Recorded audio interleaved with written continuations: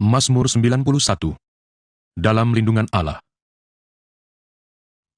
Orang yang duduk dalam lindungan yang maha tinggi dan bermalam dalam naungan yang maha kuasa akan berkata kepada Tuhan, tempat perlindunganku dan kubu pertahananku, Allahku yang kupercayai. Sungguh, dialah yang akan melepaskan engkau dari jerat penangkap burung, dari penyakit sampar yang busuk. Dengan kepaknya, ia akan menudungi engkau, di bawah sayapnya, engkau akan berlindung. Kesetiaannya ialah perisai dan pagar tembok. Engkau tak usah takut terhadap kedahsyatan malam, terhadap panah yang terbang di waktu siang, terhadap penyakit sampar yang berjalan di dalam gelap, terhadap penyakit menular yang mengamuk di waktu petang. Walau 1000 orang rebah di sisimu dan 10.000 di sebelah kananmu, tetapi itu tidak akan menimpamu. Engkau hanya menontonnya dengan matamu sendiri dan melihat pembalasan terhadap orang-orang fasik. Sebab Tuhan ialah tempat perlindunganmu, yang maha tinggi telah kau buat tempat perteduhanmu. Malapetaka tidak akan menimpa kamu, dan tulah tidak akan mendekat kepada kemahmu. Sebab malaikat-malaikatnya akan diperintahkannya kepadamu untuk menjaga engkau di segala jalanmu. Mereka akan menatang engkau di atas tangannya, supaya kakimu jangan terantuk kepada batu. Singa dan ular tedung akan kau langkahi, engkau akan menginjak anak singa dan ular naga. Sungguh, hatinya melekat kepadaku, maka aku akan meluputkannya, aku akan membentenginya, sebab ia mengenal namaku. Bila ia berseru kepadaku, aku akan menjawab, aku akan menyertai dia dalam kesesakan, aku akan meluputkannya dan memuliakannya. Dengan panjang umur akan kukenyangkan dia, dan akan kuperlihatkan kepadanya keselamatan daripadaku. Haleluya. Shalom Bapak Ibu Saudara sekalian, apa kabar? Selamat datang kembali di dalam channel kita GBI Point Square. Kami bersyukur atas kesetiaan Bapak Ibu Saudara sekalian masih bersama-sama beribadah bersama dengan kami. Puji Tuhan saudara, hari ini Minggu tanggal 10 Oktober kita akan bersama-sama beribadah. Kita dilayani oleh gembala cabang kita, Bapak Pendeta Suwardi. Dan jangan lupa saudara, hari ini kita juga ada perjamuan kudus. Oleh karena itu saya ingatkan bagi setiap kita sekalian, mari kita persiapkan anggur perjamuan kita secara mandiri. Kita siapkan supaya bersama-sama nanti kita bisa mengikuti ibadah perjamuan kudus dengan baik. Dan kita bisa memperoleh berkat anugerah dari perjamuan kudus ini saudara. Puji Tuhan. Kami senantiasa terus mari bersama-sama. Sekalipun saudara, pandemi COVID sudah semakin turun, tapi jangan kendor. Tetap 5M, bahkan 6 saudara. Jangan lupa divaksin saudara. Kita terus supaya kita bisa bersama-sama menghadapi pandemi COVID-19 ini. Saya berdoa, biar semua umat Tuhan yang beribadah hari ini, kita ada dalam perlindungan Tuhan yang sempurna. Amin saudara. Dan untuk setiap hari Sabtu, kami GBI Point Square tetap ada ibadah doa pagi saudara. Rumah doa hari Sabtu jam 7 pagi sampai jam 8. Mari bersama-sama saya menghimbau buat kita sekalian untuk bersama-sama kita mengikuti acara rumah doa. Saudara bisa nanti join melalui aplikasi Zoom atau melalui Facebook GBI Point Square. Saya percaya kita akan diberkati oleh kebenaran firman Tuhan. Dan untuk itu kami juga senantiasa jangan hanya ibadah hari Minggu aja saudara, tapi ada ibadah kul yang diadakan hari Jumat. Untuk linknya saudara bisa simak, saudara bisa perhatikan yang ada di layar kaca saudara. Saudara bisa join di sana untuk bersama-sama terhisap di dalam kul-kul yang ada di GBI Point Square. Saya berdoa melalui kul ini kita akan bertumbuh bersama-sama, bisa memenangkan banyak jiwa saudara. Haleluya. Dan sebelum kita ibadah lebih lanjut lagi, kita mau bersama-sama, kita mau satukan hati, kita mau berdoa biar ibadah kita hari ini sekalipun lewat online. Saya berharap, saya berdoa dan saya percaya kuasa hadirat Tuhan tidak pernah terbatas. Mari bersama-sama kita bersatu hati, kita berdoa. Bapa, kami bersyukur buat hari ini, buat kesempatan, buat anugerah yang Tuhan masih berikan, percayakan dalam hidup kami. Kami tahu bahwa kalau kami ada sampai hari ini, itu karena anugerah Tuhan. Terima kasih Bapa buat ibadah hari ini. Kami percaya Tuhan yang campur tangan, Tuhan yang menyertai kami dari awal sampai akhir nanti. Kiranya Engkau yang terus mencengkeram setiap kami umat-Mu yang ada di rumah-rumah, yang ada dimanapun kami beribadah, kami tetap bisa merasakan kuasa hadirat Tuhan yang akan mengubah menjamah setiap kami. Tuhan, pagi ini kami bersepakat berdoa memberkati bangsa kami Indonesia. Kami katakan shalom Indonesia. Kami katakan damai sejahtera atas bangsa kami. Kami berdoa memberkati pemerintahan yang ada dari pusat sampai ke daerah. Tuhan yang memberkati, Tuhan yang memberikan roh takut akan Engkau. Terima kasih Bapa. Kami bersyukur buat hari ini. Dan kami juga berdoa memberkati setiap para pemimpin rohani yang ada di atas kami. Dari gembala sidang kami, keempat wakil yang ada, gembala rayon, dan gembala cabang tempat ini. Kami berdoa memberkati. Tuhan pakai setiap hamba-hamba-Mu. Tuhan biar melalui setiap mereka, Tuhan akan melawat banyak jiwa, memenangkan banyak jiwa. Terima kasih Bapa buat hari ini. Kami siapkan hati kami untuk bersama-sama beribadah. Biarlah ibadah hari ini itu memberkati, menjamah setiap kami sekalian. Dan terkhusus saat ini kami berdoa, kami memberkati umat-Mu, jemaat-Mu, GBI Square yang ada yang beribadah hari ini di rumah-rumah. Kami tahu kuasa Tuhan yang tidak terbatas itu, yang sanggup melawat, menjamah, mengubahkan kehidupan setiap keluarga demi keluarga. Terima kasih Bapa, dan kami siap untuk mengikuti ibadah hari ini dan perjamuan kudus yang ada. Tuhan yang memberkatinya. Terima kasih Bapa, di dalam nama Tuhan Yesus Kristus kami berdoa dan mengucap syukur. Haleluya. Amin.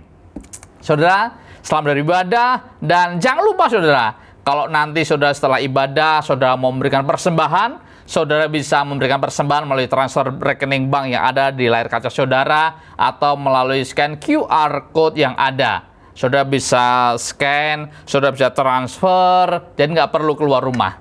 Lewat aplikasi saudara bisa. Dan selamat memberi, Tuhan Yesus memberkati. God bless you.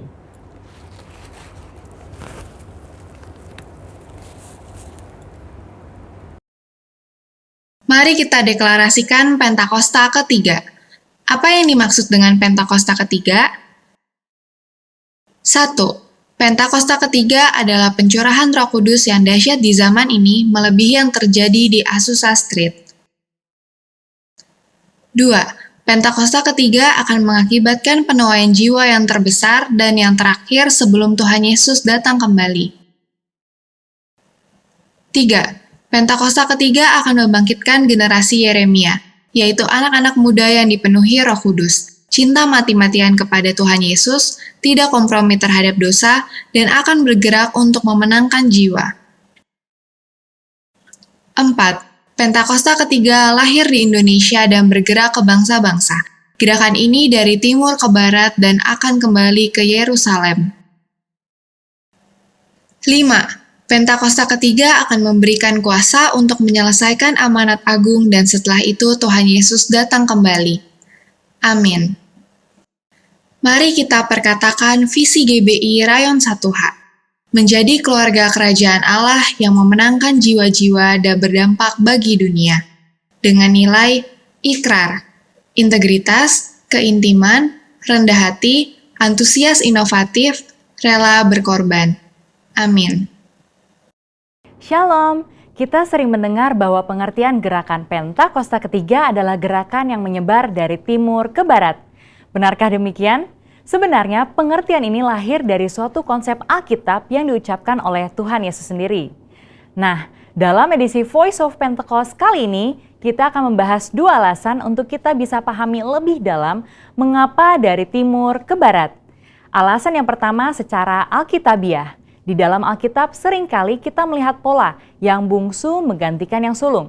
Seperti Ishak yang meskipun secara jasmani adalah adik dari Ismail, tetapi dia menggantikan posisi Ismail sebagai yang sulung dari rencana keselamatan Allah. Demikian pula dengan Esau dan Yakub. Di dalam Matius 19 ayat 30 dikatakan bahwa yang terdahulu menjadi yang terakhir, dan yang terakhir menjadi yang terdahulu. Ayat ini berbicara mengenai bangsa Yahudi sebagai yang pertama diberikan keselamatan, namun karena kekerasan hati sebagian besar dari mereka, maka keselamatan diberikan kepada bangsa-bangsa lain terlebih dahulu. Karena itulah, penyebaran Injil dari perjalanan Paulus yang dituntun oleh Roh Kudus ialah mulai ke arah barat, seperti di Kisah Para Rasul 16, sesuai dengan sejarah gereja secara historik. Mulai dari Asia Kecil, menyeberang masuk ke benua Eropa, sampai akhirnya Injil menyebar ke seluruh benua Eropa itu sendiri. Lalu kemudian di abad pertengahan menyeberang ke benua baru yaitu Amerika. Dan sampai di penghujung abad, lengkaplah putaran Injil mengitari belahan bumi. Nah, dari Eropa dan Amerika inilah gerakan Allah sampai ke negara timur. Maka sekarang Pentakosta ketiga akan membawa lawatan Tuhan dimulai dari negara-negara timur, termasuk Indonesia, menuju ke barat dan pada akhirnya kembali ke Yerusalem. Haleluya! Alasan yang kedua secara praktikal. Kita tahu pasca Perang Dunia Kedua, negara-negara Asia mengalami pertumbuhan penduduk, kemajuan ekonomi, dan teknologi yang sangat signifikan. Contoh negara yang memimpin dunia di dalam bidang pertumbuhan penduduk yang bisa kita ambil adalah India dengan 1,1 miliar penduduk dan China 1,4 miliar penduduk. Dan ini sudah melebihi dari sepertiga penduduk dunia. Mereka tidak hanya mulai mendapatkan kemerdekaan secara politik, tetapi terjadinya suatu musim baru di dalam sejarah penyebaran Injil di belahan bumi timur. Berawal dari negara barat mengirimkan misionaris-misionarisnya ke negara Asia, seperti Korea Selatan, China, Vietnam, dan Indonesia. Dan mulailah pertumbuhan gereja di negara itu sendiri. Dan hal ini menyebabkan kekristenan di negara timur berkembang dengan luar biasa. Bahkan hari-hari ini justru dari negara-negara timurlah yang mengirim misionarisnya ke barat untuk membawa kehidupan kepada kekristenan yang telah mati di sana. Di dalam kitab Yunus 4 ayat 10-11 dikatakan bahwa Allah sangat mempedulikan nasib kota Niniwe yang berjumlah lebih dari 120.000 orang.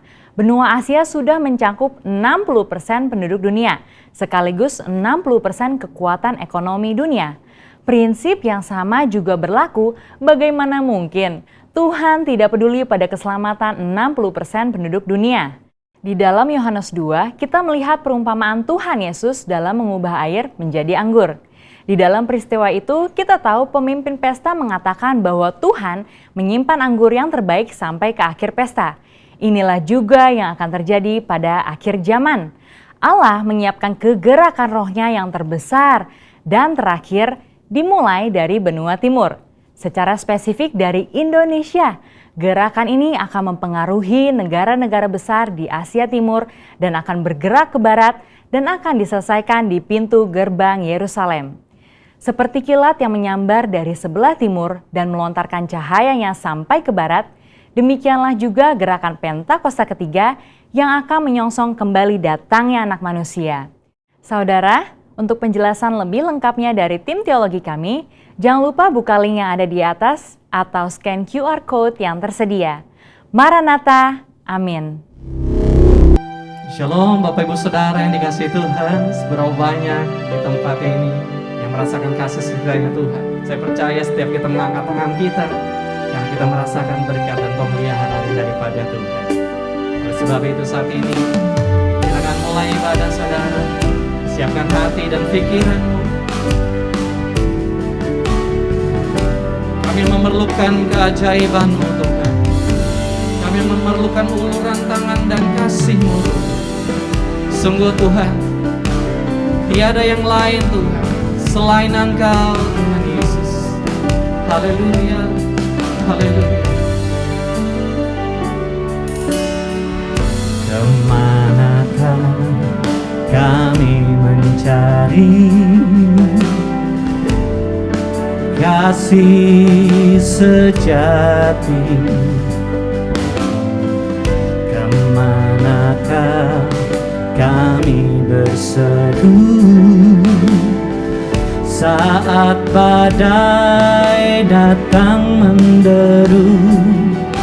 Yang kami tahu hanya Kau yang mampu pulihkan segala sesuatu. Kami perlukan keajaiban-Mu, kami butuhkan sentuhan tangan-Mu. Kami tak dapat jalan sendiri, kami perlu Kau Tuhan. Oh, kami perlukan keajaiban-Mu, kami butuhkan sentuhan tangan-Mu. Kami tak dapat jalan sendiri, kami perlu Kau Tuhan.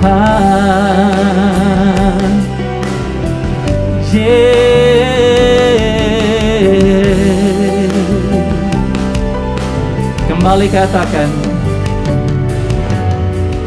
kemanakah kami mencari kasih sejati? Kemanakah kami berseru saat badai datang menderu? Yang kami tahu hanya Kau yang mampu pulihkan segala sesuatu. Kami perlukan keajaiban-Mu, kami butuhkan sentuhan tangan-Mu. Kami tak dapat jalan sendiri, kami perlu Kau Tuhan. Kami perlukan keajaiban-Mu, kami butuhkan sentuhan tangan-Mu. Kami tak dapat jalan sendiri, kami perlu Kau Tuhan. Haleluya. Kami perlukan keajaiban-Mu, kami butuhkan sentuhan tangan-Mu. Kami tak dapat jalan sendiri, kami perlu Kau Tuhan. Kami perlukan keajaiban-Mu, kami butuhkan sentuhan tangan-Mu. Kami tak dapat jalan sendiri, kami perlu Kau Tuhan. Kami perlu Kau Tuhan. Kami perlu Kau Tuhan.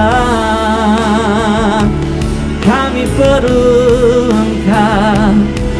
Bersama katakan, kami memerlukan-Mu Tuhan.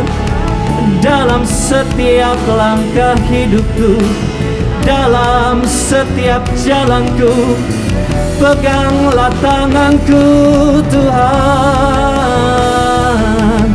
Berjalan bersamaku Yesus. Mari kita sembah Dia. Katakan, kami perlu Engkau Tuhan.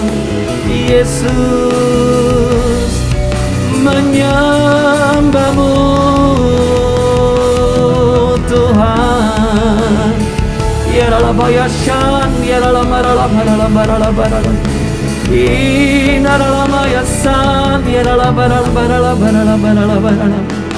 Haleluya, haleluya,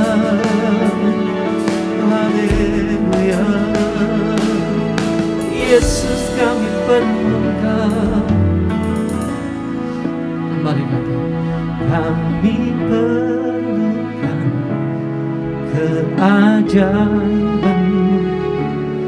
Kami butuhkan sentuhan tangan-Mu.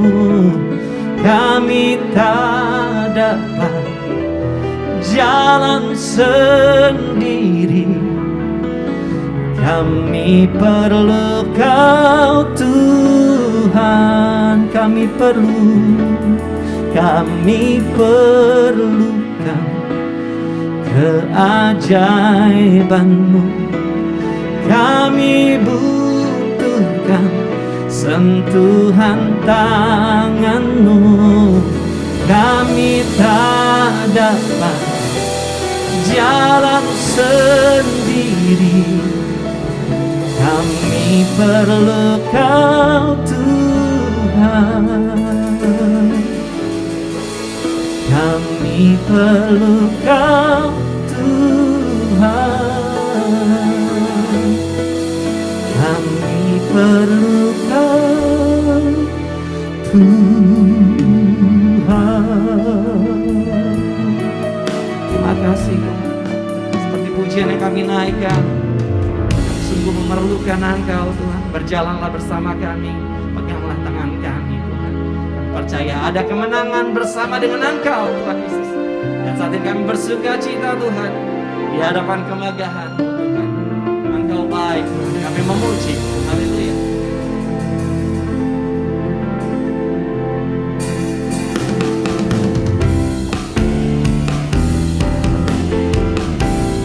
Haleluya. Dia baik, bahwasanya untuk selamanya kasih setianya. Bersama-sama katakan, di hadapan kemegahan-Mu ku datang menyembah-Mu, membawa hatiku, membawa hidup. Kami teringat, ku teringat kasih setia-Mu di dalam setiap langkahku. Sungguh Engkau baik di dalam hidup. Katakan Engkau baik, Engkau baik, teramat baik. Engkau baik, teramat. Engkau baik, Engkau baik, teramat baik. Engkau baik, teramat baik. Haleluya.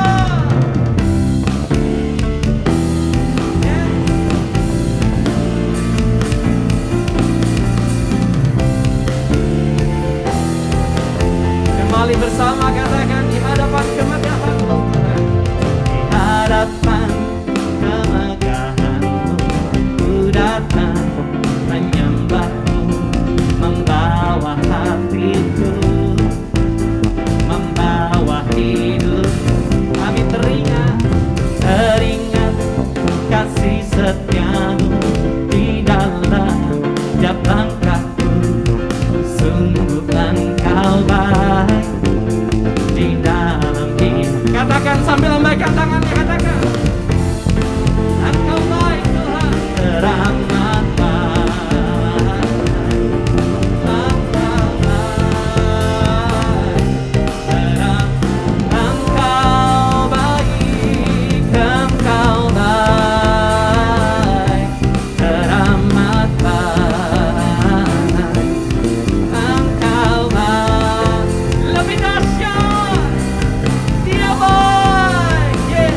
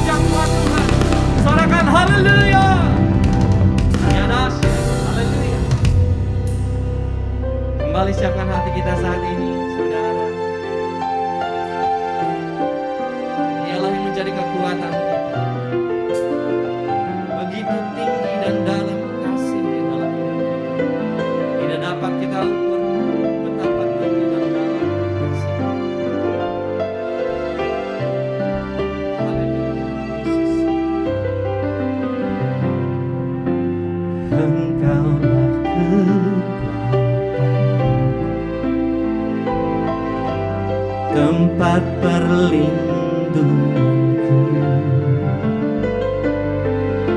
Saat badai menerpa, aku tak akan goyah. Aku tak akan goyah, sebab Kau sertaku. Sejauh langit dari bumi, begitu besarnya kasih-Mu. Penuhi hati kami yang rindu menyembah-Mu, Yesus. Sejauh langit dari bumi, begitu besarnya kasih-Mu. Kaulah Tuhan, kekuatanku, sukacita. Kembali katakan lagu ini dari awal. Engkaulah kekuatan, Engkaulah kekuatan, tempat perlindunganku. Saat badai menerpa, aku tak akan goyah. Aku tak akan goyah, sebab Kau sertaku. Sejauh langit dari bumi, begitu besarnya kasih-Mu. Penuhi hati kami yang rindu menyembah-Mu, Yesus. Sejauh langit dari bumi, begitu besarnya kasih-Mu. Kaulah Tuhan, kekuatanku, sukacitaku. Katakan sejauh langit dari bumi, begitu besarnya kasih-Mu. Penuhi hati kami yang rindu menyembah-Mu, Yesus. Sejauh langit dari bumi, begitu besarnya kasih-Mu. Kaulah Tuhan, kekuatanku, sukacitaku. Tepuk tangan yang dahsyat buat Tuhan, haleluya. Sejauh langit dari bumi, begitu besarnya kasih-Mu. Penuhi hati kami yang rindu menyembah-Mu, Yesus. Sejauh langit dari bumi, begitu besarnya kasih-Mu. Kaulah Tuhan, kekuatan, sukacita. Kaulah Tuhan, Kaulah Tuhan, kekuatanku, sukacitaku. Engkaulah Tuhan, kekuatan kami. Kaulah Tuhan, kekuatanku, sukacitaku. Engkaulah kekuatan kami, sukacita kami, penolong kami Tuhan. Namamu yang dahsyat, namamu layak diagungkan Tuhan. Bapa, terima kasih untuk kekuatan, untuk pemeliharaan Tuhan buat setiap kami. Apabila kami ada sampai dengan saat ini Tuhan, semua bukan karena kekuatan kami, melainkan hanya karena anugerah dan pemeliharaan daripada-Mu. Terima kasih Tuhan. Terima kasih. Haleluya. Amin.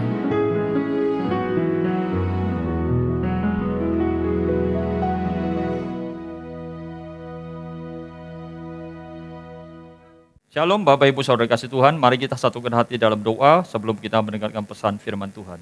Bapa di surga, pada saat ini kami bersyukur Tuhan untuk kesempatan anugerah yang Tuhan berikan, sehingga setiap kami Tuhan boleh dalam keadaan yang baik, untuk kami boleh diberi kesempatan, boleh bersama-sama beribadah Tuhan di tempat kami masing-masing. Kami percaya firman-Mu Tuhan akan memberkati dan menuntun setiap kehidupan kami pada saat ini Tuhan.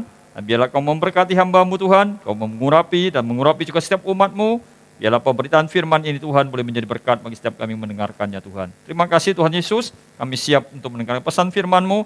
Di dalam nama Tuhan Yesus, Tuhan dan Juru Selamat kami yang hidup, kami telah berdoa dan mengucap syukur. Haleluya, amin. Bapak Ibu dikasih Tuhan, kita bersyukur, kita sudah masuk di bulan Oktober, ini sudah masuk dalam tanggal 10 saudara, tapi kita percaya kasih setia Tuhan akan selalu menyertai saudara dan saya. Di minggu ini saya akan mengajak Bapak Ibu untuk merenungkan firman Tuhan, yang saya beri judul, Respon Hati Menanti Janji Tuhan. Seringkali dalam kehidupan kita saudara, Tuhan menggenapi janjinya itu pada saat kita tidak berdaya. Kita bisa ambil contoh saudara, seperti Abraham. Abraham menantikan janji Tuhan itu selama 25 tahun. Sampai Alkitab mengatakan bahwa Sarah sudah tidak mungkin lagi melahirkan. Justru dalam keadaan tidak mungkin itulah Tuhan memberikan janjinya kepada Abraham, saudara. Demikian juga dengan Yakub, saudara. Yakub ketika mendapatkan hak kesulungannya, dia harus lari daripada Esau. Kenapa? Karena Esau hendak membunuhnya. Dia lari, saudara, dan dalam pelarian dia selama 20 tahun, akhirnya Tuhan memanggil dia untuk kembali. Waktu dia akan kembali, Yakub takut sekali ketemu dengan Esau. Karena Esau mau membunuh dia. Di sana dalam perjalanan, Yakub mulai bergumul, saudara. Dalam pergumulan dia dengan Tuhan, dia keluar sebagai pemenang. Dari nama Yakub diganti menjadi Israel. Kemudian ketika dia bertemu dengan Esau, ternyata apa yang terjadi? Apa yang dikhawatirkan, ditakutkan oleh Yakub itu tidak terjadi. Ternyata Esau bukannya hendak membunuh dia, tapi justru Esau melindunginya. Yang berikutnya kita bisa belajar dari kisah Yusuf, saudara. Yusuf setelah mendapat janji Allah melalui mimpi, maka dia harus menunggu proses selama 13 tahun. Setelah itu, janji itu baru digenapi, saudara. Kalau kita perhatikan setelah Yusuf mendapatkan janji itu lewat mimpi, maka dia menceritakannya kepada saudara-saudaranya, saudara. Nah, berikut ini saya akan kasih cerita secara singkat perjalanan daripada kisah hidup Yusuf dalam sebuah gambar, saudara. Setelah dia mendapat mimpi, 2 kali, saudara. Mimpi yang pertama, dia melihat berkas-berkas gandum daripada saudaranya itu sujud menyembah kepada dia. Kemudian dikonfirmasi lagi, dia mendapatkan mimpi yang kedua, dia melihat bulan, bintang, matahari, itu sujud menyembah kepada dia, saudara.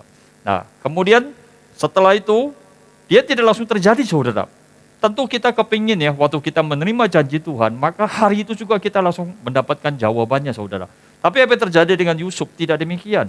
Justru setelah dia mendapatkan mimpi, mendapatkan janji itu, saudara, maka Yusuf harus dibenci oleh saudara-saudaranya. Dia dibuang ke dalam sumur, dia dijual menjadi budak, kemudian dia harus bekerja sebagai budak di rumah Potifar. Pekerjaannya diberkati Tuhan, tapi dia difitnah oleh istri Potifar sehingga dia harus masuk dalam penjara. Di penjara Yusuf tidak berdaya, saudara. Tetapi dia tetap melakukan perbuatan baik. Dia tetap menolong juru minum dan juru roti yang juga di penjara bersama-sama dengan dia pada waktu itu. Setelah ditolong, justru juru minum melupakan Yusuf, saudara. Tapi Yusuf tidak kehilangan harapannya, dia tetap ingat janji Tuhan. Setelah 13 tahun proses dia lalui, saudara, akhirnya dia berjumpa dengan Firaun. Karena Firaun waktu itu bermimpi, dia Mimpinya tidak ada yang bisa mengartikannya. Nah, pada saat itulah Yusuf diperhadapkan kepada Firaun, dan Yusuf bisa mengartikan mimpi Firaun, dan akhirnya pada saat itulah janji Tuhan kepada Yusuf, dia akan menjadi pemimpin, itu Tuhan genapi, saudara. 13 tahun, bukan perjalanan yang singkat, saudara. Tapi saya percaya, setiap saudara saya hari ini juga, kita menerima janji Tuhan, dan saya tahu, apa yang Tuhan janjikan, Tuhan pasti genapi dalam hidup saudara saya. Yang percaya katakan amin. Mari kita lihat bagaimana proses perjalanan hidup Yusuf, saudara. Setelah dia mendapat mimpi, dia menceritakan kepada saudaranya. Harapannya, waktu dia menceritakannya itu supaya saudaranya terima, saudara. Sama, hari ini saudara saya, kalau kau menerima janji Tuhan, kau menerima harapan. Seringkali harapan itu kau juga menceritakannya, saudara. Tapi tidak semua orang bersuka cita waktu mendengar saudara saya menerima janji Tuhan. Ada yang tidak senang, saudara. Kisah yang dialami oleh Yusuf, 10 saudara dia tidak senang, saudara. Malah dikatakan mereka makin benci kepada Yusuf. Bukan cuma benci, mereka menjadi iri hati, saudara. Kejadian 37 ayat 5 dan 11 dicatat demikian. Pada suatu kali bermimpilah Yusuf, lalu mimpinya itu diceritakannya kepada saudara-saudaranya. Sebab itu mereka lebih benci lagi kepadanya. Ayat 11, maka iri hatilah saudara-saudaranya kepadanya, tetapi ayahnya menyimpan hal itu dalam hatinya. Apa akibatnya kalau kita membenci, saudara? 1 Yohanes 3 ayat 15 sudah mencatat, setiap orang yang membenci saudaranya adalah seorang pembunuh manusia. Inilah yang terjadi. 10 saudaranya itu mulai melakukan pemufakatan yang jahat, saudara. Kalau kita baca di Kejadian 37 ayat 18 sampai 20 jelas, dari jauh ia telah kelihatan kepada mereka, tetapi sebelum ia dekat kepada mereka, mereka telah bermufakat mencari daya upaya untuk membunuh Yusuf. Luar biasa ya. Kata mereka seorang kepada yang lain, lihat tukang mimpi kita itu datang. Sekarang marilah kita bunuh dia dan kita lemparkan ke dalam salah satu sumur itu. Ini. Lalu kita katakan, seekor binatang buas telah menerkamnya. Dan kita akan melihat bagaimana jadinya mimpinya itu. Akibat benci, saudara, 10 saudara dia merencanakan pembunuhan dan mengarang cerita palsu. Yang kita kenal hari ini namanya hoax, saudara. Ini yang terjadi, saudara. Tetapi dalam proses yang dialami oleh Yusuf, saudara, direncanakan pembunuhan yang dilakukan oleh saudara-saudara dia, ada intervensi daripada kakak sulungnya Yusuf, yaitu Ruben, saudara. Di Kejadian 37 ayat 21 dan 22, ketika Ruben mendengar hal itu, ia ingin melepaskan Yusuf dari tangan mereka. Sebab itu katanya, janganlah kita bunuh dia. Lalu kata Ruben kepada mereka, janganlah tumpahkan darah, lemparkanlah dia ke dalam sumur yang ada di padang gurun ini. Tetapi janganlah apa-apakan dia. Maksudnya hendak melepaskan Yusuf dari tangan mereka dan membawanya kembali kepada ayahnya. Dalam setiap tahap yang kita lalui, saudara, selalu ada campur tangan Tuhan. Yusuf sebenarnya sudah harusnya mati pada saat itu. Tuhan menggunakan Ruben untuk mengintervensi rencana jahat daripada saudaranya. Akhirnya Yusuf tidak jadi dibunuh, tapi dia dibuang ke dalam sumur, saudara. Tetapi apa yang direncanakan oleh Ruben itu berbeda dengan apa yang terjadi, saudara. Intervensi alam memang terjadi, tetapi harapan Ruben untuk membawa Yusuf kembali kepada ayahnya itu tidak terjadi, saudara. Kenapa? Karena di ayat 28, ketika ada saudara-saudara Midian lewat, Yusuf diangkat ke atas dari dalam sumur itu, kemudian dijual kepada orang Ismail itu dengan harga 20 sikal perak. Lalu Yusuf dibawa pergi ke Mesir. Seringkali pertolongan Tuhan atau cara Tuhan menolong saudara saya tidak seperti yang kita harapkan. Harapan daripada Ruben adalah bisa membawa Yusuf kembali kepada ayahnya. Tapi yang terjadi apa? Justru Yusuf dibawa ke Mesir dan menjadi budak di sana, saudara. Mungkin kita bertanya, apakah sulit bagi Tuhan untuk menggenapkan janjinya? Seperti yang tadi kita lihat di gambar, saudara. Dalam perjalanan dia mendapatkan mimpi untuk dia sampai kepada dia menjadi penguasa, kan bukan hal yang sulit. Bukankah Allah bisa langsung membuatnya terjadi? Tapi kenapa Tuhan harus melewatkan masa 13 tahun bagi Yusuf sampai janji tersebut digenapi? Kalau Bapak Ibu baca dalam 2 Korintus 4 ayat 16 sampai 18 dikatakan demikian. Ini adalah tulisan daripada Rasul Paulus kepada jemaat di Korintus.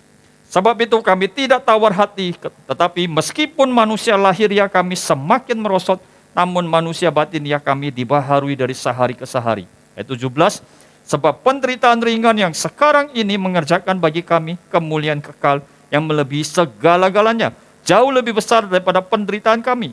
Sebab kami tidak memperhatikan yang kelihatan, melainkan yang tak kelihatan. Karena yang kelihatan adalah sementara, sedangkan yang tak kelihatan adalah kekal. Ternyata butuh waktu proses persiapan dan ujian, saudara. Hari ini saya tidak tahu Bapak Ibu ada di proses persiapan atau ujian, saudara. Nanti saya akan jelaskan bagaimana Yusuf mengalami proses persiapan dan pengujian, saudara. Mungkin kita bertanya hari ini, berapa lama Pak proses ini harus saya jalanin? Kalau kita lihat, saudara, dari kisah penciptaan manusia di awal, saudara, Tuhan sudah bilang sama Adam dan Hawa. Ditulis dalam Kejadian 3 ayat 19, saudara. Dikatakan, dengan berpeluh engkau akan mencari makananmu sampai engkau kembali lagi menjadi tanah. Karena dari situlah engkau diambil. Sebab engkau debu dan engkau akan kembali menjadi debu. Jadi dengan kata lain Tuhan bilang kepada Adam dan Hawa bahwa proses yang harus dialami oleh Adam dan Hawa atau oleh manusia itu adalah seumur hidup. Sampai kapan? Sampai kembali menjadi debu. Jadi kalau hari ini ada yang berharap, udah proses hidup aku mau selesai. Berarti dengan kata lain, saudara berdoa, Tuhan cabutlah nyawaku. Kenapa? Begitu nyawanya dicabut, prosesnya selesai. Selama saudara saya masih hidup, berarti prosesnya masih berjalan, saudara. Nah, berapa lama proses ini? Ya selama kita hidup, saudara. Dan apa yang harus kita alami? Apakah kita proses persiapan atau proses pengujian? Tentu itu sangat tergantung kepada respon saudara dan saya. Ada beberapa hal yang terjadi, saudara. Kalau kita lihat, kenapa kita harus mengalami proses? Yang pertama dicatat dalam Kejadian 3 ayat 16 sampai dengan 17. Dikatakan bahwa ini karena dosa. Karena sejak manusia jatuh dalam dosa lah, maka dikatakan manusia harus menderita. Harus mengalami berbagai pencobaan yang tidak menyenangkan. Maka dikatakan di ayat yang ke-16, firman-Nya kepada perempuan itu, susah payahmu waktu mengandung akan kubuat sangat banyak. Dengan kesakitan kau akan melahirkan anakmu, namun engkau akan berahi kepada suamimu, dan ia akan berkuasa atasmu. Ayat 17, lalu firman-Nya kepada manusia itu, karena engkau mendengarkan perkataan istrimu dan memakan dari buah pohon yang telah kuperintahkan kepadamu, jangan makan daripadanya, maka terkutuklah tanah ini karena engkau. Dengan bersusah payah engkau akan mencari rezekimu dari tanah seumur hidupmu. Ada dua kata yang penting di sini kita perhatikan. Di berapa? Akan kubuat sangat banyak kesusahannya. Yang kedua, seumur hidupmu. Berarti sebenarnya memang hidup ini karena dosa itu tidak menyenangkan, saudara. Tapi apakah kalau kita tidak berdosa, kita tidak mengalami proses? Kita lihat 1 Petrus 2 ayat 20 dan sampai 22. Sebab dapatkah disebut pujian jika kamu menderita pukulan karena berbuat dosa? Jelas ya, kalau kita berbuat dosa, kita akan menderita pukulan, saudara. Tapi tentu respon kita kalau kita berdosa adalah minta pengampunan, saudara. Tapi sebaliknya, tetapi jika kamu berbuat baik dan karena itu kamu harus menderita, maka itu adalah kasih karunia pada Allah. Sebab untuk itulah kamu dipanggil, karena Kristus pun telah menderita untuk kamu dan telah meninggalkan teladan bagimu, supaya kamu mengikuti jejaknya. Ia tidak berbuat dosa dan tipu tidak ada dalam mulutnya. Jadi kalau hari ini saudara saya sudah hidup benar, kita juga tetap harus mengalami proses, saudara. 1 Petrus 2 jelas tadi mengatakan, Kristus sendiri menderita, saudara, dan meninggalkan teladan bagi kita. Kalau hari ini kita mengalami penderitaan karena kita hidup benar, dikatakan bahwa itu adalah kasih karunia. Di sini dikatakan berbuat baik, dalam bahasa asli itu juga bisa diartikan berbuat benar atau hidup benar, saudara. Memang kita ini warga kerajaan sorga. Seharusnya kita hidup menurut hukum kerajaan sorga. Tapi karena bumi tempat kita tinggal ini sudah berdosa, saudara, sehingga kerap kali waktu kita menerapkan prinsip kerajaan Allah, itu bertentangan dengan dunia. Sehingga disitulah membuat kita mengalami hal-hal yang tidak menyenangkan, saudara. Dan yang berikutnya, bagaimana kita harus mengalami proses, saudara. Karena Tuhan memperlakukan saudara saya seperti seorang ayah kepada anaknya. Dalam Ibrani 12 ayat 5 sampai 7, saudara. Sudah lupakah kamu akan nasihat yang berbicara kepada kamu seperti kepada anak-anak? Hai anakku, janganlah anggap enteng didikan Tuhan dan janganlah engkau putus asa apabila engkau diperingatkannya. Perhatikan, penulis Ibrani bilang begini, jangan putus asa apabila engkau diperingatkannya. Kenapa dikatakan jangan putus asa? Karena hajaran dan didikan Tuhan itu tidak menyenangkan, saudara. Sakit. Tapi Tuhan bilang, jangan takut. Kenapa? Karena aku memperlakukan kau sebagai anak. Jadi hari ini Bapak Ibu kasih Tuhan, proses apapun yang sedang kau alami, mari percaya dalam hatimu bahwa engkau adalah orang-orang yang dikasihi Tuhan. Karena engkau dikasihi Tuhan, maka Tuhan memproses hidupmu supaya janji Tuhan bisa terjadi dalam kehidupanmu dan engkau bisa hidup dalam perjanjian dengan Tuhan, saudara. Kita berdosa sehingga kita mengalami proses. Kita hidup benar, kita juga harus mengalami proses. Tapi yang ketiga, kita juga dididik dan diajar Tuhan. Itu juga sebuah proses, saudara. Bahkan tadi kita udah baca di Kisah Kejadian 3 ayat 19. Proses itu seumur hidup. Mungkin saudara ada yang bertanya, Pak, kalau proses seumur hidup berarti proses kita sangat berat dong. Tidak, saudara. 1 Korintus 10 ayat 13 mencatat, pencobaan-pencobaan yang kamu alami ialah pencobaan-pencobaan biasa yang tidak melebihi kekuatan manusia. Sebab Allah setia dan karena itu ia tidak akan membiarkan kamu dicobai melampaui kekuatanmu. Pada waktu kamu dicobai, ia akan memberikan kepadamu jalan keluar sehingga kamu dapat menanggungnya. Alkitab berkata Allah setia, karena kesetiaan Allah, maka ia tidak memberikan pencobaan yang melampaui kekuatan manusia. Pada saat kau menghadapi proses, pada saat kau menghadapi pencobaan, maka Tuhan berkata apa? Ia akan memberikan kau jalan keluar. Yang kedua, ia akan memberikan kau kekuatan sehingga kau mampu menanggungnya. Jadi kalau hari ini kita mengalami proses, mengalami pencobaan, dan kita ada jalan keluar, kita mampu melewatinya, apa masalahnya? Gak ada masalah, saudara. Tinggal respon hati kita aja. Kita mau terima atau tidak, saudara. Di dalam Yakobus 1 ayat 12, saudara, dikatakan begini, berbahagialah orang yang bertahan dalam pencobaan. Sebab apabila ia sudah tahan uji, ia akan menerima mahkota kehidupan yang dijanjikan Allah kepada barang siapa yang mengasihi dia. Jadi yang pertama, saudara, ada orang menghadapi pencobaan, saudara, menghadapi pengujian, karena responnya benar, maka dia keluar sebagai pemenang. Dia dapat mahkota kehidupan. Tapi kalau Bapak Ibu baca di ayat ke-14 dan 15, saudara, tetapi tiap-tiap orang dicobai oleh keinginannya sendiri, karena ia diseret dan dipikat olehnya. Dan apabila keinginannya itu telah dibuahi, ia melahirkan dosa. Dan apabila dosa itu sudah matang, ia melahirkan maut. Tapi ada orang yang mengalami proses, saudara. Justru dia bukan keluar sebagai pemenang. Dia jatuh dalam dosa dan mengalami kebinasaan, saudara. Mengalami maut, saudara. Jadi kalau kita perhatikan di sini, kita mau benar atau mau salah, sama-sama menghadapi proses. Yang satu keluar sebagai pemenang, yang satu jatuh dalam dosa. Hari ini saudara saya tinggal memilih, kita mau yang mana, saudara? Tentukan pilihanmu, saudara. Bagaimana saudara dan saya merespon akan menentukan apakah saudara dan saya bisa keluar sebagai pemenang dan memperoleh mahkota kehidupan, atau jatuh dalam dosa dan mengalami kebinasaan. Jadi ini yang menentukan saudara dan saya. Hasil akhirnya Tuhan sudah kasih tahu. Tetapi perjalanan menuju kepada hasil akhir itu menentukan.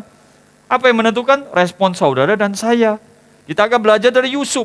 Yusuf merespon janji Tuhan dengan benar, sehingga ia menerima janji Tuhan pada waktunya.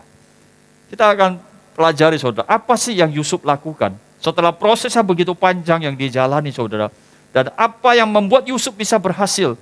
Dan dia tetap bertahan sampai akhir hidupnya, dia menerima janji Tuhan. Yang pertama, saudara, setelah penderitaannya begitu panjang 13 tahun kemudian dia jadi penguasa di Mesir, saudara. Selama 7 tahun kelimpahan, masuk dalam tahun 7 kelaparan yang kedua, saudara. Maka 10 saudara-saudara Yusuf mulai datang ke Mesir, berjumpa dengan Yusuf. Dan kita lihat apa yang Yusuf katakan kepada mereka. Itu dicatat dalam Kejadian 50 ayat 20. Tetapi sekarang janganlah bersusah hati dan janganlah menyesali diri karena kamu menjual aku ke sini. Sebab untuk memelihara kehidupan, Allah menyuruh aku mendahului kamu. Yang pertama Yusuf bilang sama saudaranya begini, jangan takut, bukan kamu yang suruh aku ke sini, tapi Allah yang menyuruh aku ke sini. Jadi dengan kata lain, Yusuf bilang sama saudaranya, ada Allah yang turut bekerja. Allah turut bekerja untuk apa? Dikatakan di ayat yang Kejadian 50 ayat 20. Tetapi kamu telah merekarakakan yang jahat terhadap aku, tetapi Allah telah merekarakakannya untuk kebaikan, dengan maksud melakukan seperti yang terjadi sekarang ini, yakni memelihara hidup suatu bangsa yang besar. Allah turut bekerja untuk mendatangkan kebaikan. Dan ini sesuai dengan prinsip firman Tuhan yang dicatat di dalam Roma pasal 8 ayat 28. Kita tahu sekarang bahwa Allah turut bekerja dalam segala sesuatu. Dalam apa? Segala sesuatu, baik atau tidak baik, enak atau tidak enak.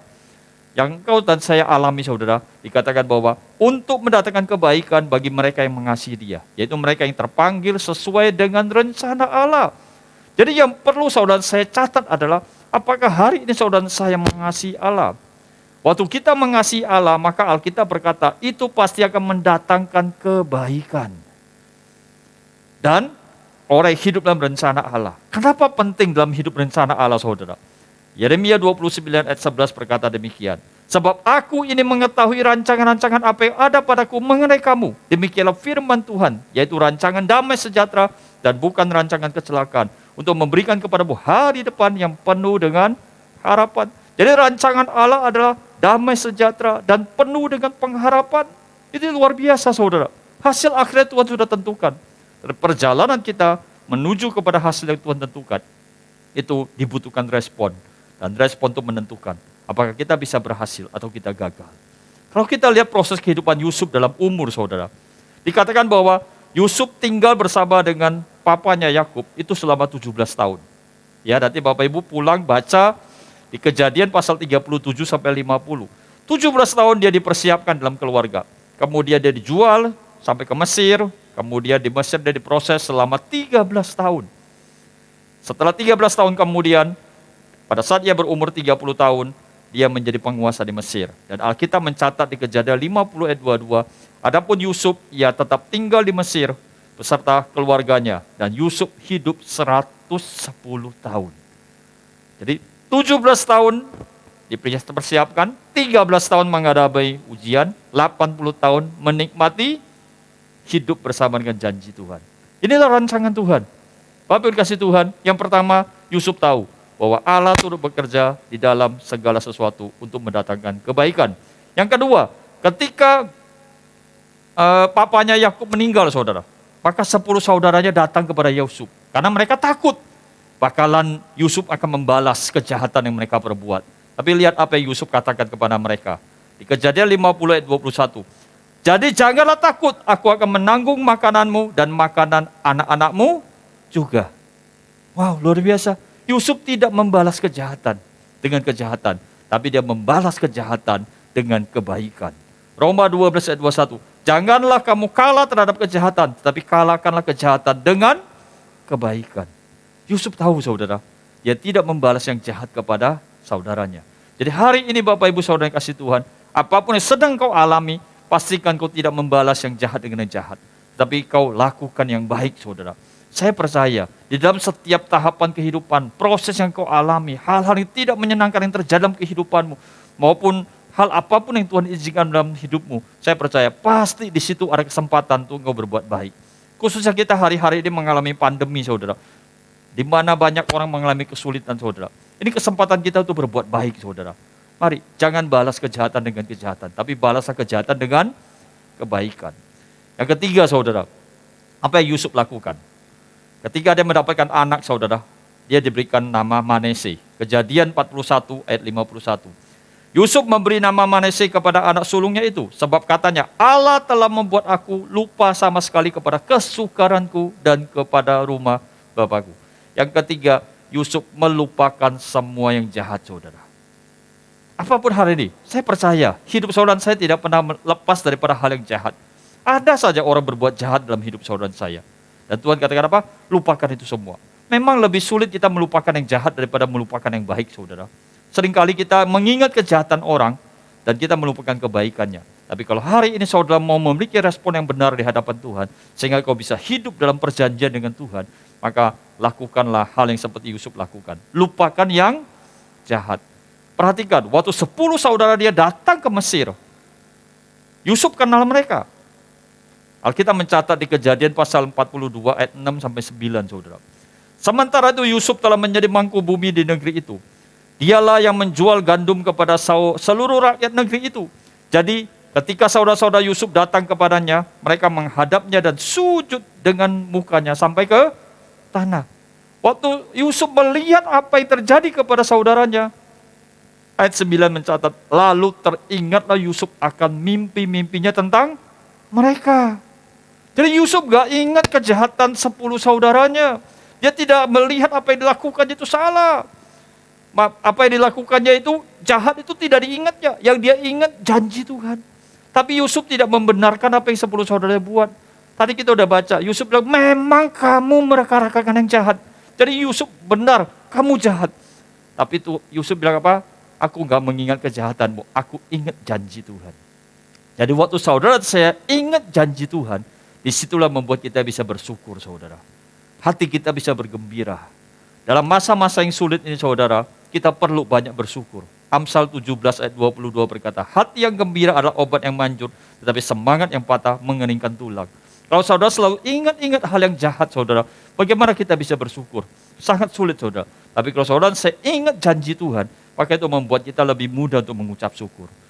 Dan kalau kita ingat janji Tuhan saudara, itu membuat kita menjadi tidak tawar hati. Amsal 24 ayat 10. Jika engkau tawar hati pada masa kesesakan, kecillah kekuatanmu. Dan bukan itu saja saudara. Kalau kita selalu ingat janji Tuhan, kita bisa menghibur orang lain. Kejadian pasal 50 ayat 21 bagian B. Demikianlah yang menghibur mereka dan menenangkan hati mereka dengan perkataannya. Yusuf karena ingat janji Tuhan, dia bisa menghibur saudara-saudaranya. Yang terakhir saudara, apa yang Yusuf lakukan? Kalau kita baca di Kejadian pasal 42 ayat 21 sampai 24 saudara. Dikatakan demikian. Mereka berkata seorang kepada yang lain, betul-betullah kita menanggung akibat dosa kita terhadap adik kita. Itu. Bukankah kita melihat bagaimana sesak hatinya ketika ia memohon belas kasihan kepada kita? Tetapi kita tidak mendengarkan permohonannya itu. Itulah sebabnya kesesakan ini menempa kita. Lalu Ruben menjawab mereka, bukankah dahulu kukatakan kepadamu, janganlah kamu berbuat dosa terhadap anak itu. Tetapi kamu tidak mendengarkan perkataanku. Sekarang darahnya dituntut daripada kita. Tapi mereka tidak tahu bahwa Yusuf mengerti perkataan mereka, sebab mereka memakai seorang juru bahasa. Maka Yusuf mengundurkan diri dari mereka, lalu menangis. Kemudian dia kembali kepada mereka dan berkata-kata dengan mereka, yang mengambil Simon dari antara mereka, lalu disuruh dibelenggu di depan mata mereka. Yusuf belajar dari kisah perjalanan hidupnya saudara. Waktu dia mengalami kesesakan, waktu dia mengalami proses, dia berseru, dia berteriak kepada saudara-saudaranya, kakak tolong saya, kakak jangan bunuh saya, kakak jangan jual saya. Tapi Alkitab mencatat bahwa kakaknya tidak mendengarkan sama sekali apa yang dimohonkan oleh Yusuf. Hal ini saya percaya, karena kala terjadi dalam kehidupan saudara saya. Waktu kita sedang mengalami pergumulan yang begitu hebat saudara, kita melihat ada 10 saudara kita yang bisa nolong. Waktu Yusuf lihat kepada Ruben dan yang lainnya, dia bilang, kan kamu bisa tolong saya, kamu kakak saya. Tapi Alkitab mencatat 10 saudaranya sama sekali tidak menolong. Karena kalau Tuhan izinkan itu terjadi. Apakah 10 saudara jahat? Secara kacamata manusia, iya mereka jahat. Tetapi kalau dilihat dari kacamata Allah saudara, memang Tuhan izinkan itu terjadi. Supaya apa? Supaya Yusuf tidak berseru kepada manusia, tapi berseru kepada Tuhan. Yeremia pasal 33 ayat yang ketiga saudara. Berserulah kepadaku, maka aku akan menjawab engkau dan akan memberitahukan kepadamu hal-hal yang besar yang tidak terpahami, yakni hal-hal yang tidak engkau ketahui. Selama kita masih berseru kepada manusia, Tuhan izinkan orang-orang di sekitar kita tidak mendengarkannya. Tapi hari ini kalau kita sudah tahu kuncinya saudara, seperti yang Yusuf alami. Yusuf tahu, dia berseru kepada manusia hasilnya akan sia-sia, mengecewakan. Yeremia 17 juga berkata, barang siapa yang mengandalkan Tuhan, mengandalkan manusia, terkutuk saudara. Tapi kalau orang mengandalkan Tuhan, itu berkati. Maka Yusuf dari situ dia belajar. Selama 13 tahun proses kehidupan dia mulai mengandalkan Tuhan, berseru kepada Tuhan. Sehingga Yusuf mengalami kemenangan demi kemenangan saudara. Bapak kasih Tuhan, ini yang dapat saya sampaikan. Kalau saya boleh simpulkan ini saudara, dikatakan bahwa proses persiapan dan ujian itu akan berlangsung seumur hidup. Suka atau tidak suka saudara, setiap kita akan mengalaminya. Tapi jangan khawatir, di dalam perjalanan kehidupan kita selalu ada intervensi Allah. Ada campur tangan Tuhan. Yusuf mau dibunuh, Tuhan ikut campur sehingga tidak jadi dibunuh, dijual. Waktu dia difitnah oleh istri Potifar, harusnya dia dihukum mati, tapi ada campur tangan Tuhan sehingga dia tidak mati saudara. Sehingga ia dipenjara. Waktu dipenjara saudara, tidak ada harapan untuk dia. Tapi Tuhan bisa mengirim juru minum, walaupun awalnya dia tidak mengingat kebaikan yang dilakukan oleh Yusuf. Tapi pada akhirnya, oleh karena juru minum ini memberitahukan kepada Raja Firaun, sehingga Yusuf diangkat menjadi penguasa di Mesir, saudara. Dalam proses yang kita alami, itulah proses yang biasa, saudara. Kenapa? Karena itu tidak akan melebihi kekuatan manusia. Waktu kita dicobai, waktu kita mengalami proses, Tuhan selalu memberikan jalan keluar.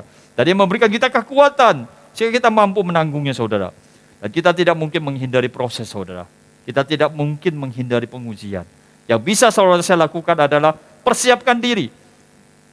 Tentukan pilihan dengan respon yang benar dan hadapi bersama dengan Tuhan. Belajar daripada kisah Yusuf, saudara. Kenapa Yusuf bisa berhasil? Karena dia tahu Tuhan sudah memberikan rancangan yang penuh dengan damai sejahtera. Tapi dalam perjalanan hidup, respon itu bisa membuat kita gagal. Dan respon itu juga bisa membuat kita berhasil, saudara. Yusuf memberikan 4 respon. Yang pertama, dia percaya bahwa Allah turut bekerja untuk mendapatkan kebaikan. Apapun yang dia alami, dia percaya itu Tuhan yang bekerja. Yang kedua, dia tidak membalas kejahatan dengan kejahatan, tapi dia membalas kejahatan dengan kebaikan. Dalam situasi yang sulit yang hari ini kau alami, cari hal baik yang kau bisa lakukan. Apa saja. Mungkin kau tidak bisa memberkati orang lewat materi, tapi minimal lewat perkataanmu kau bisa memberkati orang. Lewat doa-doamu, lewat perbuatanmu yang baik. Dan saya percaya, kalau engkau membalas kejahatan dengan kebaikan, maka engkau telah memberikan respon yang benar. Yang ketiga, lupakan yang jahat, saudara. Lupakan hal-hal yang kau terima, perlakuan ketidakadilan, mungkin apa saja yang kau rasakan bahwa itu kurang adil menimpa hidupmu. Lupakan itu semua. Kenapa? Karena itu akan membuat kau makin lemah. Tapi bila kita mengingat hal yang Tuhan janjikan. Ingat apa yang Tuhan janjikan. Waktu kita mengingat janji Tuhan, maka itu membuat hati kita bisa bersyukur. Hati kita bisa bergembira. Sehingga secara tubuh kita menjadi kuat, saudara. Dan bahkan dikatakan bahwa kalau kita selalu ingat janji Tuhan, kita bisa menghibur orang lain, saudara. Mungkin engkau belum menerima janji Tuhan, tapi perkataanmu yang menghibur orang lain, itu akan diperhitungkan Tuhan. Dan yang terakhir apa? Jangan berseru kepada manusia, tapi berserulah kepada Tuhan. Karena Tuhan mau setiap saudara saya berharap dan percaya hanya kepada Dia. Dan saya percaya, kalau ini kita sudah lakukan, maka seperti yang dicatat dalam Yakobus 1 ayat 12, maka saudara dan saya akan keluar sebagai pemenang. Yang percaya katakan amin. Kita akan menerima mahkota kehidupan dan kita akan tinggal dan hidup selama-lamanya bersama dengan Tuhan Yesus. Haleluya. Mari kita satukan hati, saudara. Setelah itu kita akan masuk dalam perjamuan kudus. Bapa di sorga, kami bersyukur. Terima kasih buat anugerah-Mu Tuhan. Sehingga pada kesempatan ini Kau memberikan kami firman-Mu Tuhan. Kau meneguhkan Tuhan perjalanan kehidupan kami. Terima kasih Tuhan, kami percaya Engkau tidak pernah meninggalkan kami Tuhan. Engkau senantiasa menyertai kami. Apapun yang kami alami Tuhan, bahkan dalam perjalanan kehidupan kami, ada intervensi Allah yang membuat kami Tuhan akan melihat kebaikan dan kebaikan-Mu Tuhan. Bukakan mata rohani setiap hari kami Tuhan, sehingga kami boleh melihat ada rancangan Tuhan yang sudah Tuhan siapkan bagi setiap kami Tuhan. Dan kami mau belajar Tuhan untuk selalu berseru kepada Engkau Tuhan. Karena kami tahu pada saat kami berseru kepada Engkau, maka Engkau akan memberikan kami jalan keluarnya. Terima kasih Bapa. Kami bersyukur untuk firman-Mu Tuhan. Berkati umat-Mu Tuhan, dimanapun mereka berada. Hamba-Mu berdoa dalam nama Tuhan Yesus. Engkau sendiri Tuhan yang memberkati umat-Mu Tuhan. Sehingga tidak ada yang berkekurangan, tapi diberkati dengan berlimpah-limpah. Bahkan umat-Mu Tuhan akan menjadi saksi-Mu Tuhan di akhir zaman ini. Untuk boleh menyatakan perbuatan-Mu yang ajaib. Untuk menyatakan kebaikan-Mu Tuhan. Sehingga lewat apa yang dilakukan oleh umat-Mu Tuhan, orang-orang di sekitarnya dapat melihat bahwa sungguh Allah yang kami sembah itu Allah yang hidup Tuhan. Terima kasih Bapa. Bungkus setiap kami dengan kuasa darah-Mu Tuhan. Keluar masuk daripada umat-Mu Kau jagai dengan sempurna. Karena kami percaya Tuhan, ada perlindungan Allah atas setiap orang yang berharap dan percaya akan Engkau Tuhan. Terima kasih Bapa. Kami bersyukur Tuhan, firman-Mu Tuhan pada saat ini memberi kami kekuatan. Hamba-Mu selesai berkata-kata Tuhan, tapi kami percaya kuasa Roh Kudus-Mu akan terus berbicara kepada umat-Mu Tuhan. Dan setiap umat-Mu akan menerima janji-janji yang sudah Tuhan tetapkan, yang sudah Tuhan sediakan. Dan biarlah Tuhan dalam perjalanan kami menerima janji-Mu Tuhan, kami boleh terus meresponi dengan benar Tuhan. Terima kasih Tuhan Yesus. Kami bersyukur Tuhan untuk segala kebaikan-Mu dan anugerah-Mu. Terpujilah nama-Mu kekal sampai selama-lamanya. Dalam nama Tuhan Yesus, kami telah berdoa dan mengucap syukur. Haleluya. Amin. Mari Bapak Ibu kasih Tuhan, sebentar kita akan masuk dalam perjamuan kudus. Perjamuan kudus adalah perjamuan Tuhan sendiri. Setiap kali kita masuk dalam perjamuan kudus, Tuhan selalu berpesan, biarlah ini menjadi peringatan akan aku. Mari Bapak Ibu kasih Tuhan, kita ambil waktu sejenak, kita renungkan kebaikan Tuhan. Betapa baiknya Tuhan dalam kehidupan saudara saya. Yang tidak pernah meninggalkan saudara saya. Apapun yang terjadi dalam kehidupanmu, Allah izinkan. Dan Allah tidak meninggalkan kau, tapi Allah memberikan kau kekuatan. Allah memberikan kau jalan keluar. Bahkan sekalipun yang kau alami, kau tidak mengerti, Allah tetap menuntun hidupmu saudara. Mari ingat, dulu kita juga orang berdosa. Upah dosa seharusnya adalah kematian. Tapi Tuhan baik saudara. Tuhan baik. Tuhan tuntun saudara sampai hari ini. Dan kita bersyukur saudara. Sebelum kita ambil tubuh dan darah Kristus ini, mari kita juga cek diri kita saudara. Karena Tuhan mau memberkati saudara dan saya lewat perjamuan ini. Tapi Tuhan mau kita meminumnya dengan cara yang benar saudara. Yaitu mengakui tubuh Kristus. Dan jika ada dosa, selesaikan dengan Tuhan. Selesaikan. Jangan ada yang disimpan saudara. Mari kita berdoa saudara. Oh Rabba Shandara Labayara Rabayara Rabba. Bapa di sorga, kami adalah manusia berdosa. Upah dosa adalah kematian. Tapi anugerah Tuhan telah memberikan kami kesempatan, keselamatan, pengampunan. Saya kami beroleh hubungan kembali dengan Kau Tuhan. Terima kasih Bapa. Engkau mengampuni setiap dosa kami Tuhan. Dan kami percaya mengaku Engkau sebagai Tuhan dan Juru Selamat. Dan saat ini juga Tuhan, kami mau mengampuni orang yang bersalah kepada kami. Hari ini Bapak Ibu kasih Tuhan, lepaskan pengampunan-Mu. Jangan simpan dosa. Kalau ada dosa yang belum Kau bereskan sama Tuhan, ayo ambil waktu sejenak ini, bereskan dengan Tuhan. Karena pada saat Kau membereskan jadi hadapan Tuhan, Kau makan, minum dan tubuh Kristus ini, maka seluruh berkat yang Tuhan janjikan itu akan menjadi milik-Mu.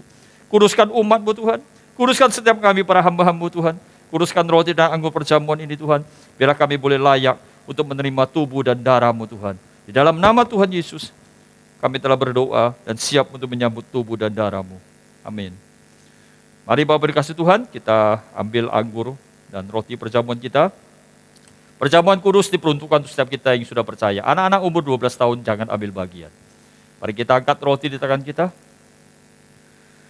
Sebab apa yang telah kuteruskan kepadamu telah kuterima dari Tuhan, yaitu bahwa malam waktu ia diserahkan, ia mengambil roti dan mengucap syukur atasnya. Kemudian ia memecah-pecahkannya dan berkata, inilah tubuhku yang diserahkan bagi kamu.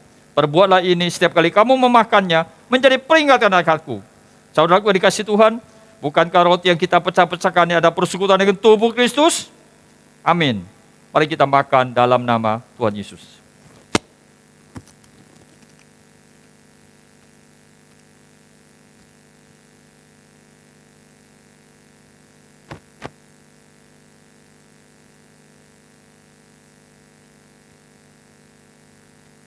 Mari sekarang kita angkat cawan di tangan kita. Demikian juga yang mengambil cawan sesudah makan lalu berkata, cawan ini adalah perjanjian baru yang dibatalkan oleh darahku. Perbuatlah ini setiap kali kamu meminumnya menjadi peringatan akan aku. Saudaraku yang dikasihi Tuhan, bukankah anggur di atas yang kita ucapkan syukur ada persekutuan kita dengan darah Kristus? Amin. Mari kita minum dalam nama Tuhan Yesus.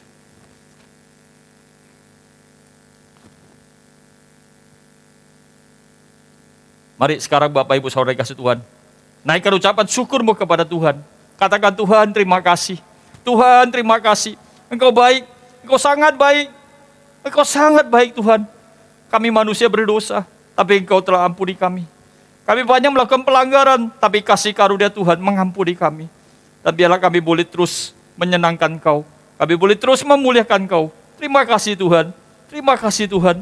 Terima kasih Tuhan Yesus. Terima kasih Yesusku, terima kasih Yesusku. Puji syukur hanya bagi Tuhanku. Terima kasih Yesusku, terima kasih Yesusku. Puji syukur hanya bagi Tuhanku.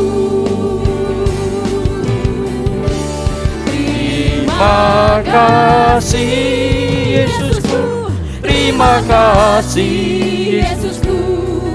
Puji syukur hanya bagi Tuhanku. Terima kasih Yesusku, terima kasih Yesusku. Puji syukur hanya bagi Tuhanku. Puji syukur hanya bagi Tuhanku. Puji syukur hanya bagi Tuhanku. Haleluya, haleluya, haleluya. Pujian, hormat, syukur kami hanya bagi-Mu Tuhan. Terima kasih Tuhan. Engkau telah menyelamatkan kami daripada kematian yang kekal dan menganugerahkan kami hidup yang kekal Tuhan. Dan selama kami hidup dalam muka bumi ini, Engkau terus sertai kami. Terima kasih Bapa. Kau terus sertai umat-Mu, berkati umat-Mu Tuhan, dimanapun mereka berada Tuhan. Biar setiap kami Tuhan boleh hidup kami menyenangkan Kau Tuhan. Terima kasih buat tubuh dan darah-Mu Tuhan, yang hari ini kami boleh terima Tuhan. Dan kami percaya persekutuan kami dengan tubuh dan darah-Mu Tuhan, itu merupakan jaminan bahwa kami akan mendapatkan kehidupan yang kekal bersama dengan Kau Tuhan. Terima kasih Bapa. Sertai umat-Mu Tuhan untuk perjalanan bulan berikutnya ini Tuhan. Biar setiap umat-Mu Tuhan ada dalam perlindungan-Mu, dalam penyertaan-Mu. Dan biar setiap umat-Mu diberkati Tuhan berlimpah-limpah Tuhan. Tidak ada yang sakit Tuhan, tidak ada yang kekurangan Tuhan. Tapi biar umat-Mu boleh menjadi saluran berkat bagi banyak orang Tuhan. Terima kasih Bapa. Terima kasih Tuhan Yesus. Terima kasih Roh Kudus. Engkau baik, sungguh baik, Engkau sangat baik. Mari Bapak dikasih Tuhan, angkat tanganmu dan terimalah berkat dari Tuhan. Tuhan memberkatimu dan melindungi engkau. Tuhan menyinari engkau dengan wajahnya dan memberikan engkau kasih karunia. Tuhan mengharapkan wajahnya kepadamu dan memberikan engkau damai sejahtera. Terimalah berkat yang sempurna yang datang dari Bapa di sorga, kasih daripada Tuhan Yesus, kuasa dan pengurapan daripada Roh Kudus pada saat tercurah, menyertaimu, memberkatimu mulai hari ini sampai Maranatha. Tuhan Yesus datang yang kedua kalinya untuk menjemput setiap kita yang percaya, bahkan kekal sampai selama-lamanya. Mari kita yang percaya dan terima berkat Tuhan, sama-sama katakan, amin. Tuhan Yesus memberkati saudara berlimpah-limpah-limpah.